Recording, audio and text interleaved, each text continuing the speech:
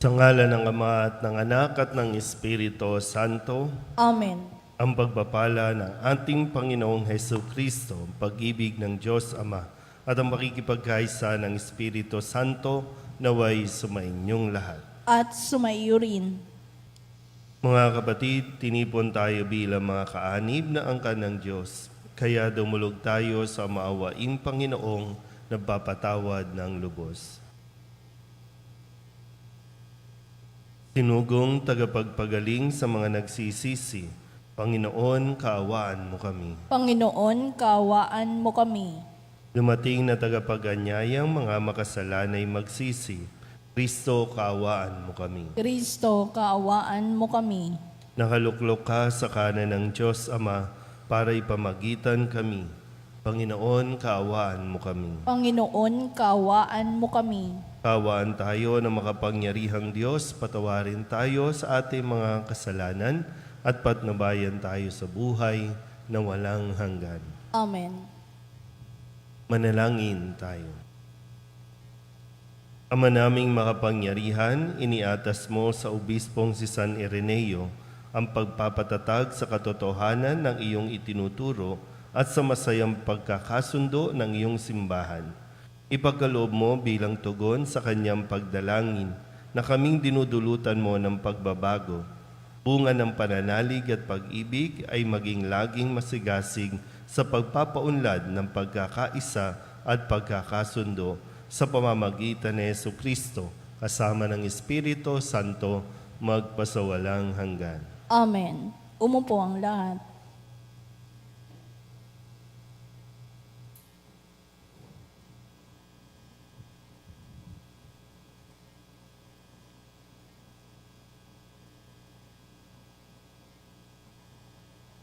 Pagbasa mula sa ikalawang aklat ng mga hari. Nang ikasampung araw, ng ikasampung buwan, ng ikasyam na taon, ng paghahari ni Sidikiyas, tinipon ni Nabucodonosor ang buo niyang hukbo. Kinubkob nila ang Jerusalem at pinaligiran ang mga bantayan. Ang pagkakubkob nila ay tumagal nang may 2 taon, ng ikasyam na araw, ng ikaapat na buwan, ng pagkakubkob sa Jerusalem. Umabot na sa sukdulan ang tagutom sa buong lungsod. Noon nabutas ang isang bahagi ng pader ng lungsod.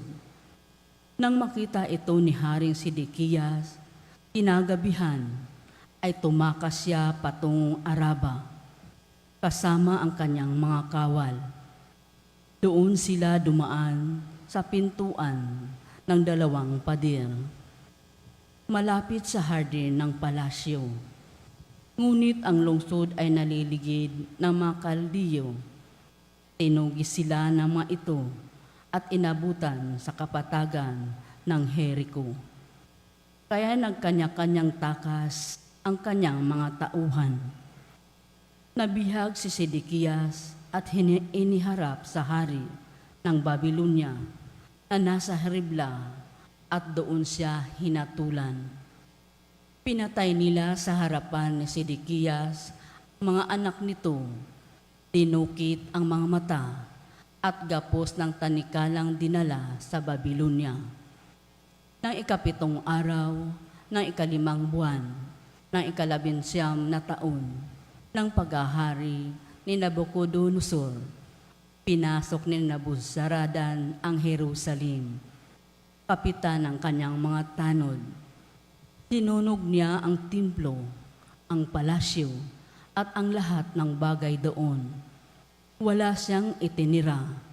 Ang mga pader ng lungsod ay giniba naman ng mga kawal na kasama ni Nabuzaradan. Dinala niyang bihag ang tinitira pang Israelita, pati ang mga sumuko sa hari ng Babylonia. Ang iniwan lamang niya roon ay ang ilang mahihirap upang magbungkal ng lupa at mag-alaga ng mga ubasan. Ang salita ng Diyos. Salamat sa Diyos. Salmong tugunan ang atin pong itutugon. Kung ika'y aking limutin, wala na kong aawitin. Ay pong lahat. Kung ika'y aking limutin, wala na kong aawitin. Sa pangpang ng mga ilog nitong bansang Babylonia, kami roo'y nakaupong tumatangi sa tuwina. Ang iniwan naming Siyon ay aming maalala. Kasanga ng mga kahoy sa tabi ng ilog nila. Isinabit namin doon, yaong dala naming lira, tugon. Kung ika'y aking limutin, wala na kong aawitin. Sa amin ay inuutos na sa amin ay lumupig. Naaliwin namin sila ng matamis naming tinig. Tungkol sa Siyon, yaong paksa niyong nais nilang awit, tugon. Kung ika'y aking limutin, wala na kong aawitin. Paano namin aawitin ang awit ng Panginoon? Samantalang bihag kaming ng ibang bayan noon. Ayaw ko nang ang lira ko'y hawakan pa at tugtugin. Kung ang bunga sa pagtugtog, limutin ang Jerusalem, tugon. Kung ika'y aking limutin, wala na kong aawitin. Di na ako aawit pa kung ang londong sasapitin. Sa isip ko'y alaala kay ganap na limutin. Kung ang kaligayahan mo ay hindi ko hahangarin, tugon. Kung ika'y aking limutin, wala na kong aawitin. Tumayo ang lahat.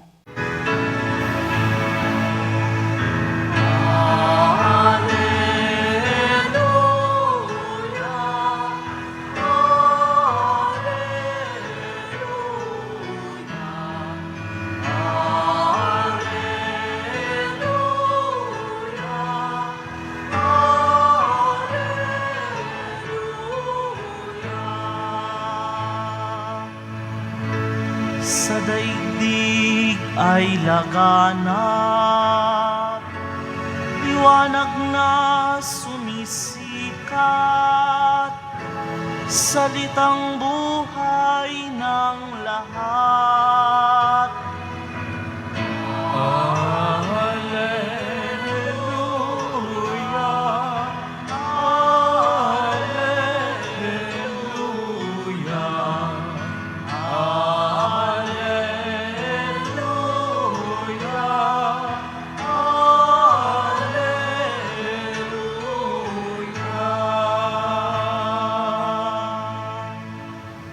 Sumainyo ang Panginoon.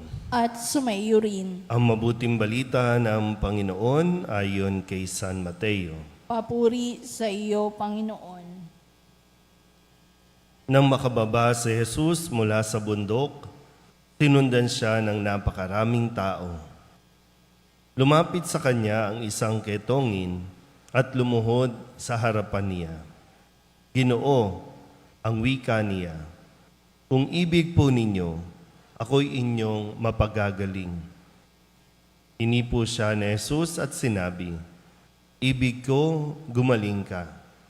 At pagdakay na wala ang kanyang ketong. Huwag mo itong sasabihin kanino man, bilin ni Jesus. Pumunta ka at pasuri sa saserdote. Pagkatapos, maghandog ka ng haing iniuutos ni Moises bilang patotoo sa mga tao na magaling ka na. Ang mabuting balita ng Panginoon. Pinupuri ka namin, Panginoong Hesukristo. Isang magandang umaga po sa inyong lahat.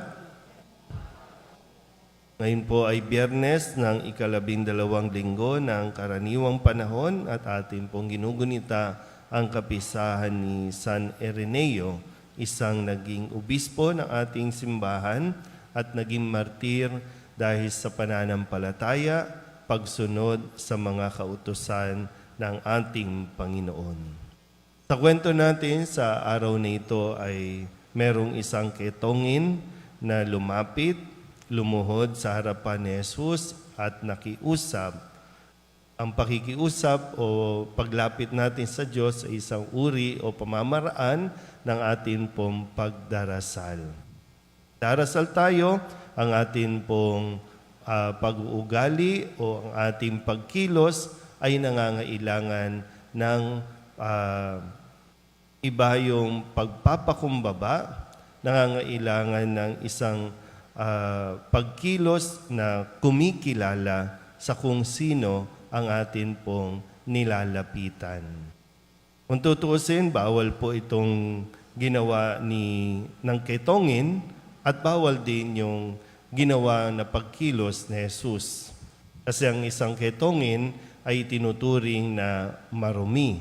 Sino man ang humawak sa isang ketongin, ituturing din na marumi.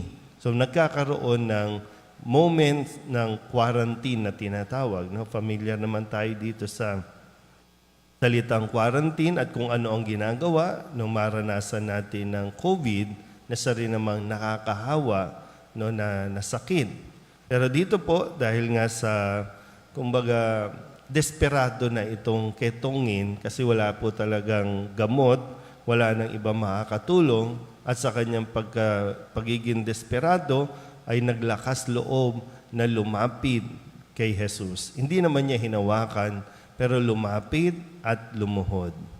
At itong si Jesus, sa kanya pong pagiging mahabagin, ay hinipo o hinawakan itong ketongin at simple lang ang sinabi o sagot dun sa pakiusap nung ketongin, kung ibig po ninyo.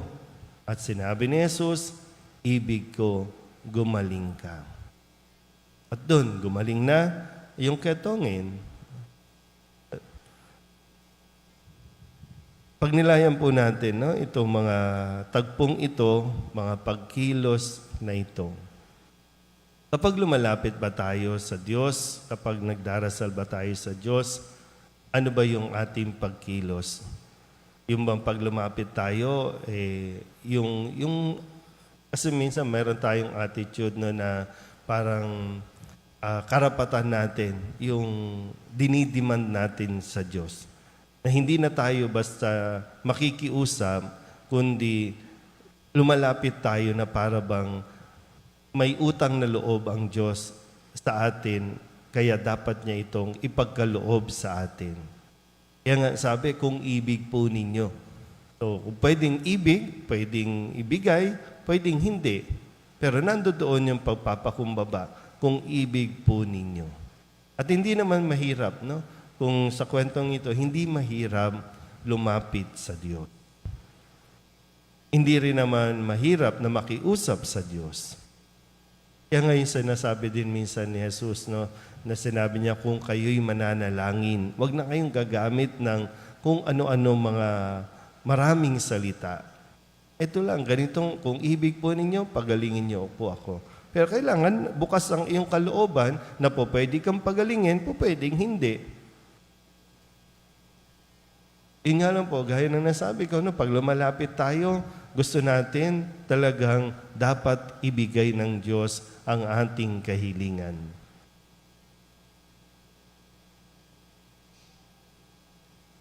Ano mangyayari sa atin yan?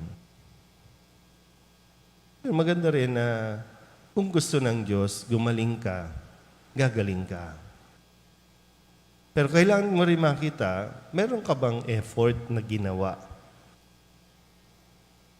Kasi malaking effort yung lumapit ang ketongin sa gitna ng napakaraming taong sumusunod sa kanya.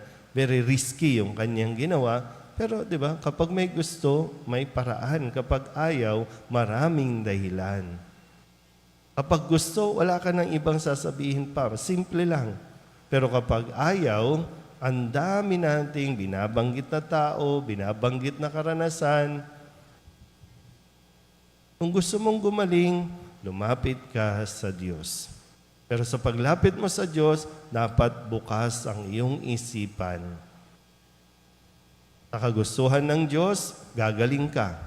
Sa kagustuhan din ng Diyos, hindi ka pa gagaling. Pero hindi tayo pwedeng mabuhay no, sa kalungkutan. Hindi rin tayo pwedeng mabuhay sa paninisi na pinaparusahan ako ng Diyos. Kasi kung tutuusin, kung sumunod lang talaga tayo sa utos ng Diyos, Kung sumusunod lang tayo sa Diyos, hindi tayo mapapahamak. Kaya sa unang pagbasa, sa ikalawang aklat ng mga hari, ito yung nagiging consequences. No? Dahil sa katigasan ng ulo ng mga hari na ang pumipili din naman sa umpisa ang Panginoon, no, pumipili na magiging hari, nagtatalaga na magiging hari, kaya lang kalaunan yung mga haring ito ay naiimpluwensyahan ng ibang mga panunulsol, no, sumusunod sa mga sinasabi ng iba na sumamba sa Diyos-Diyosan, nagiging matigas ang ulo. Pag nasasakop na ng ibang hari, tumatawag na sa Diyos, ang mamakaawa. Kapag natulungan na, bumabalik ulit sa katigasan ng ulo. Sino ba talaga ang dahilan kung bakit tayo nagkakasakit? Kung bakit tayo nasa isang sitwasyon na hindi maganda? Balikan natin ulit, no? Balikan natin ano ang mga pagsuway na ginagawa natin na dapat natin talagang hindi ginagawa. Alaga at pinapaalala sa atin ni Jesus yung pagtalima at pagsunod sa kanyang kautusan, yan po ang magdiligtas sa atin. Amen?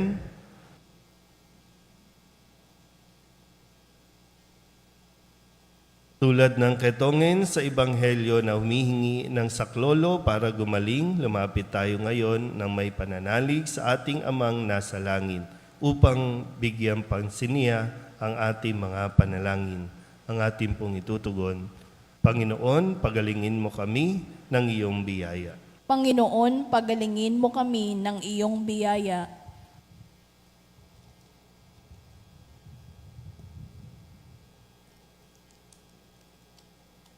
Ang simbahan, naway hindi magkulang sa kanyang pagtanggap sa mga isinasantabi at nakakaligtaan ng lipunan. Nalangin tayo sa Panginoon. Panginoon, pagalingin mo kami ng iyong biyaya. Ang mga nagsasaliksik sa paggagamot, naway gabayan ng Panginoon upang makatuklas sila ng angkop na gamot sa mga sakit na hindi pa nalulunasan. Manalangin tayo sa Panginoon. Panginoon, pagalingin mo kami ng iyong biyaya. Ang ating komunidad, naway tumulong ng may pag-ibig at kalinga sa mga taong nakakaligtaan ng lipunan. Manalangin tayo sa Panginoon. Panginoon, pagalingin mo kami ng iyong biyaya. Ang mga may sakit, mga nagdarahok, at mga nalulumbay, naway tumanggap ng pag-alalay mula sa kanilang mga kapatid na Kristiyano. Manalangin tayo sa Panginoon. Panginoon, pagalingin mo kami ng iyong biyaya. Ang mga yumaong nananalig kay Kristo, naway tanggapin sa paghahari ng Panginoon.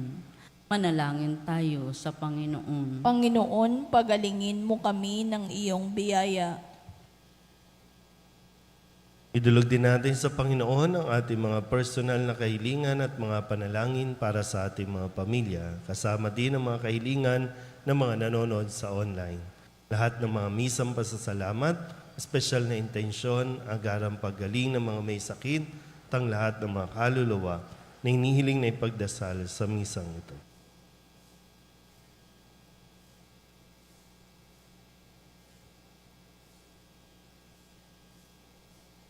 Ang lahat ng ito hinihiling namin sa ngalan ni Kristong aming Panginoon. Amen.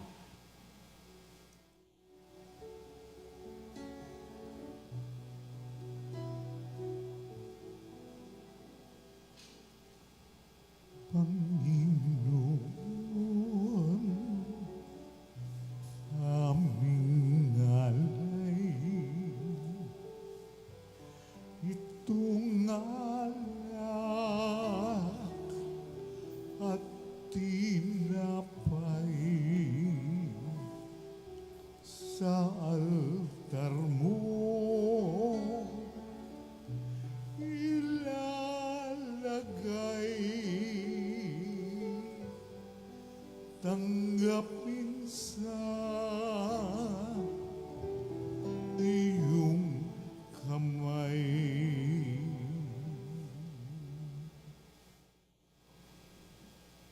Manalangin kayo mga kapatid upang paghahain natin ang kalugdan ng Diyos sa mga makapangyarihan. Tanggapin nawa ng Panginoon itong paghahain sa iyong mga kamay, sa kapurihan niya at karangalan sa ating kapakinabangan at sa buong sambayanan niyang banal. Ama naming lumikha, iyon nawang ikarangal ang paghahaing ito, ngayong ipinagdiriwang ang pagsilang sa langit ni San Ireneo. Dulutan nawa kami nito ng pag-ibig sa katotohanan upang mapanghawakan naming buong buo ang pananalig ng simbahan at mapanindigan namin ang kaisahan sa pamamagitan ni Jesucristo kasama ng Espiritu Santo magpasawalang hanggan. Amen. Sumainyo ang Panginoon. At sumaiyo rin. Itaas sa Diyos ang inyong puso at diwa. Tinaas na namin sa Panginoon. Pasalamatan natin ang Panginoong ating Diyos. Marapat na siya ay pasalamatan. Ama naming makapangyarihan, tunay ngang marapat na ikaw ay aming pasalamatan. Ngayong aming kagalakan na si San Ireneo ay parangalan. Siya'y kapanalig naming may paninindigan na ikaw ay ipahayag kahit siya'y mamatay.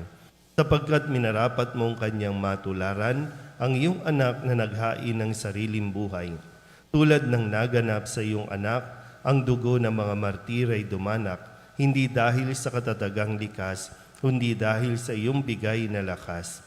Kaya kaysa ng mga anghel na nagsisiawin ng papuri sa iyo na walang humpay sa kalangitan, kami nagbubunyi sa iyong kadakilaan.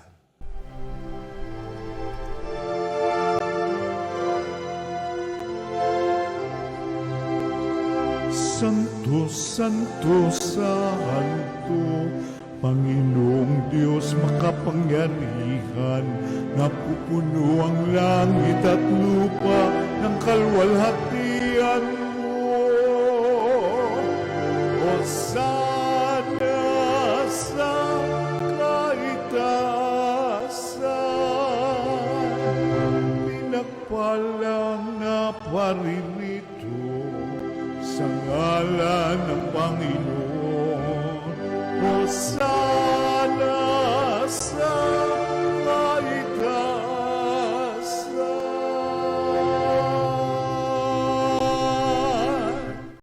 Ama naming banal, ikaw ang bukal ng tanang kabanalan, kaya't sa pamamagitan ng iyong Espiritu, gawin mong banal ang kaloob na ito upang para sa aming maging katawan at dugo ng aming Panginoong Hesu Kristo.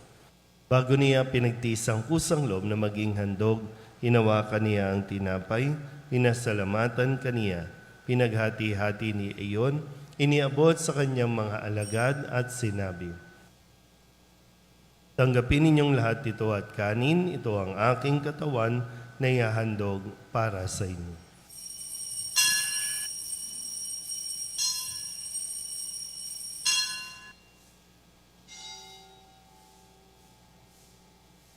Ay hindi naman nang matapos ang hapunan, hinawakan niya ang kalis, muli kaniyang pinasalamatan. Iniabot niya ang kalis sa kanyang mga alagad at sinabi, "Tanggapin ninyong lahat ito at inumin. Ito ang kalis ng aking dugo, ng bago at walang hanggang tipan. Ang aking dugo na ibubuhos para sa inyo at para sa lahat sa ikapagpapatawad ng mga kasalanan. Gawin ninyo ito sa pag-alaala sa akin."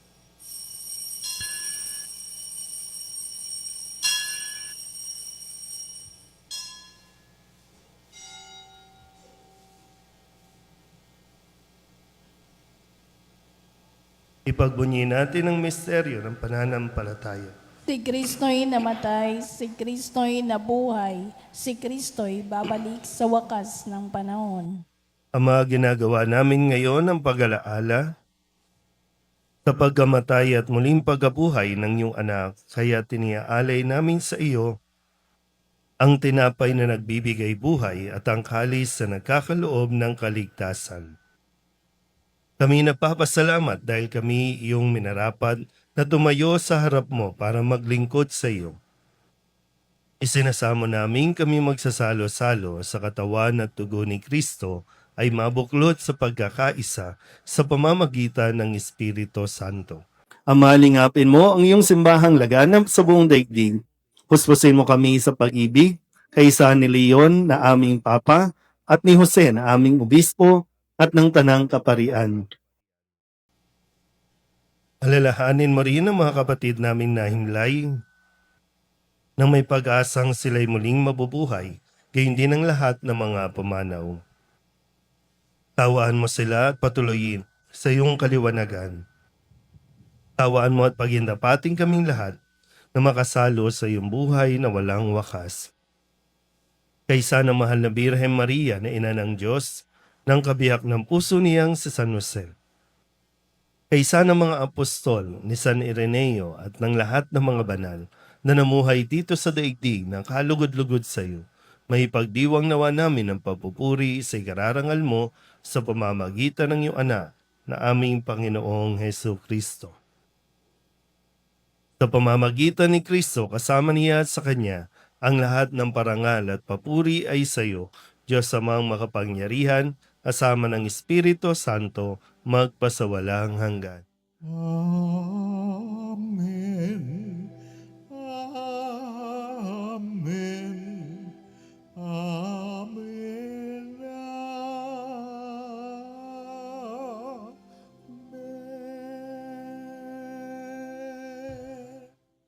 Sa tagubili ng mga nakagagaling na utos at turo ni Jesus sa Panginoon natin at Diyos, ipahayag natin ang lakas loob.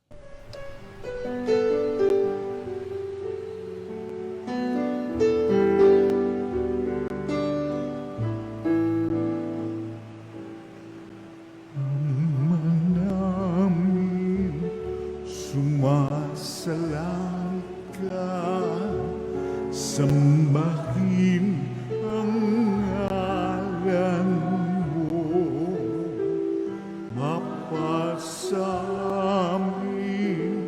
ang kaharian mo, sundin ang loob mo.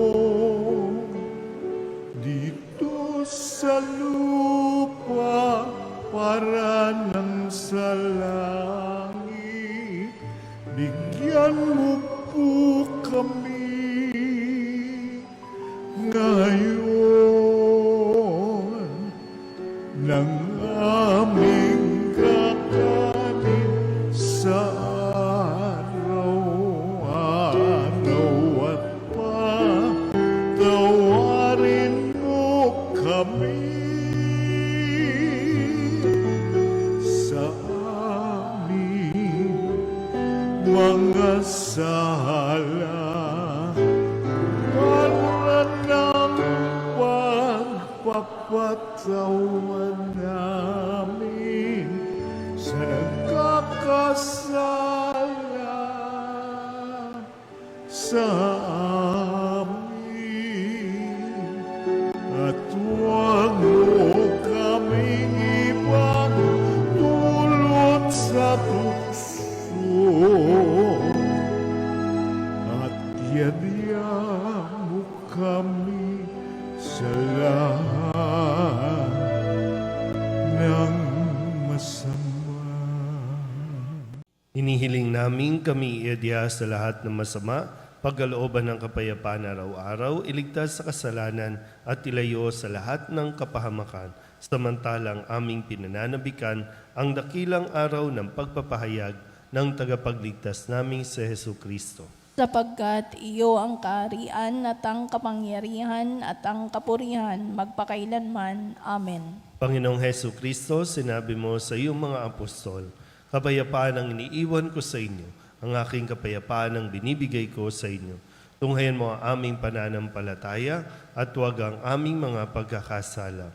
Pagkalooban mo kami ng kapayapaan at pagkakaisa ayon sa iyong kalooban, kasama ng Espiritu Santo, magpasawalang hanggan. Amen. Ang kapayapaan ng Panginoon ay laging sumainyo. At sumaiyo rin. Magbigayan po tayo ng kapayapaan sa isa't isa.